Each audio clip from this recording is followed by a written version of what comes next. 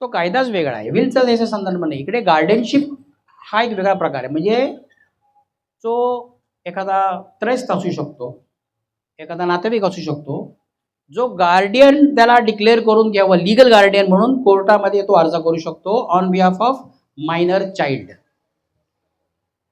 ती जी काय प्रॉपर्टी आहे मुलाची मुलीची आणि त्यांना बघणारा कोणी नाही आहे आणि त्याला असं वाटतं ॲज अ माणुसकी म्हणून की बाबा हे असं आहे, किंवा त्याला तशा त्याच्या मित्रांनी म्हणा किंवा नातेवाईकांनी इच्छा व्यक्त केली होती की बाबा माझ्या पश्चात बघ रे बाबा हे लोकांचं, तर त्याला ते पॉवर्स मिळण्यासाठी, ते अधिकार मिळण्यासाठी कायद्यात तरतूद आहे ॲज अ लीगल गार्डियन म्हणून.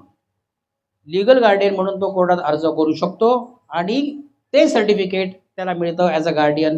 मग तो अकाउंट ऑपरेट करू शकतो, तिच्यासाठी तो खर्च करू शकतो, पण त्याच्यावर अंकुश असतो कोर्टाचा.